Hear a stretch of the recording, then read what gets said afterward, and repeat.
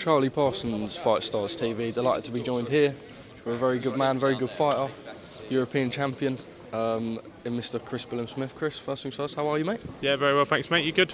Keeping well, keeping well. Let's talk a little bit about Saturday night. Obviously, you had the first fight with Tommy McCarthy, a good one, a close decision one that obviously you thought you won. Tommy McCarthy thought that he won. Sort of Eddie summed it up quite well up there, really. He gave you the opportunity first time when he didn't have to, and you give him the opportunity this time. First things first, why have you given him the opportunity here? I mean, it's not giving him an opportunity. For me, it's just about putting it to bed. Gives me the opportunity to put this to bed.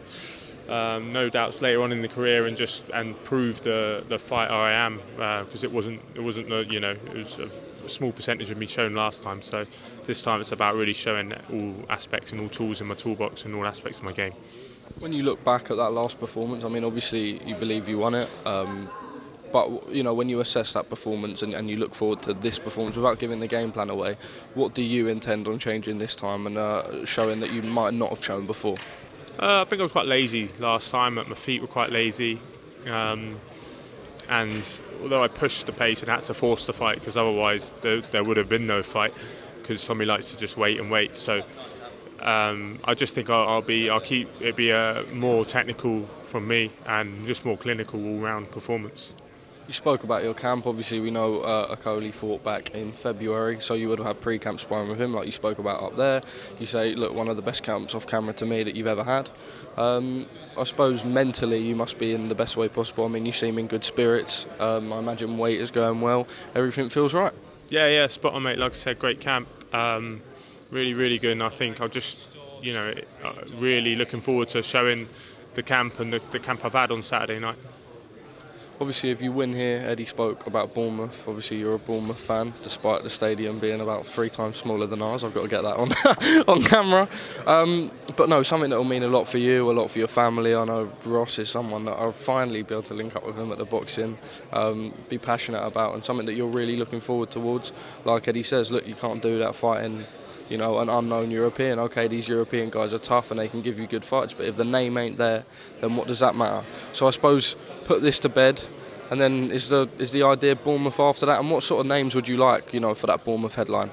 Truthfully, mate, I haven't really thought too much past this fight, or past opponents or anything like that. It's all eyes have been on this fight, and I know the world scene's a bit tied up, so we'll have a look at sort of those fringe world level contenders, I guess. But for me, home, back home in Bournemouth means so much to me. So I'm hoping me and Eddie can sit down next week, get the win on Saturday, sit down next week, have a chat, and try and look towards building a show down there. So but it's all eyes are on Saturday night for me. You say that you don't want to look past Saturday night, which is obvious, but I suppose there's a motivation in what you do here sets up the future, and everyone has eyes on the future. I have eyes on the future. You will as well. Like you say, it's something that you've always sort of aspired to do, growing up there, being a Bournemouth fan.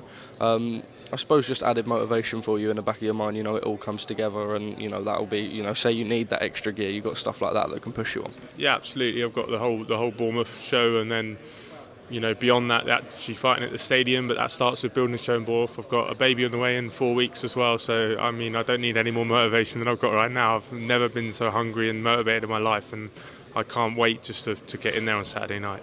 Let's talk about your stablemate, Lawrence Akoli, obviously last time out. Mikhail Cieslak, crazy Polish fans, but Lawrence, performs again, as he always does. I imagine now, we keep talking Bradis, and Bradis turned up in a Mario outfit, and it all seems a little bit bizarre, but I suppose that's the clash of cultures and, stuff like that. But obviously you would have been speaking to him. Is, any update that you can give us maybe, or, just still targeting the unifications, I imagine? Yeah, I think that's the case. He'd come back in this week, seen him Monday, but I think Bradis is fighting Jaya Patea, the Aussie lad, in May, I believe. Been cancelled. Oh, it's been cancelled? Yeah. Again, wow. I mean, that fight seems to keep getting cancelled. So, who knows? So, yeah. Well, I mean, it'd be great if Florence can get that fight. I think it's a great fight for him.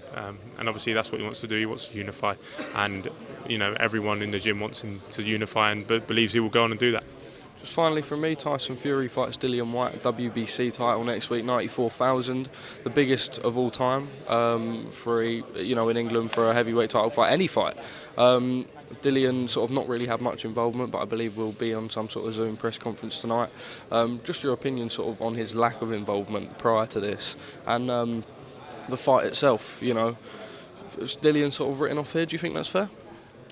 He might be even more written off because he hasn't turned up, so he's not in your face, he's not in the media. You know, a lot of fighters get, as a fight gets closer in those hyped fights, when people are having 50-50s, people get hyped up and then they start backing the number two, you know, or the underdog. And as the fight gets closer, it becomes more 50-50. But look, Dillian's got a chance. It's heavyweight boxing, and Dillian's a good fighter, and he's improving all the time. But obviously, Tyson Fury. If Tyson Fury turns up, I think it's a hard night's work for absolutely anyone in the heavyweight division. Chris, top man, as always, thank you for your time, and rub shoulders throughout the week. Nice one. Cheers. Cheers, mate.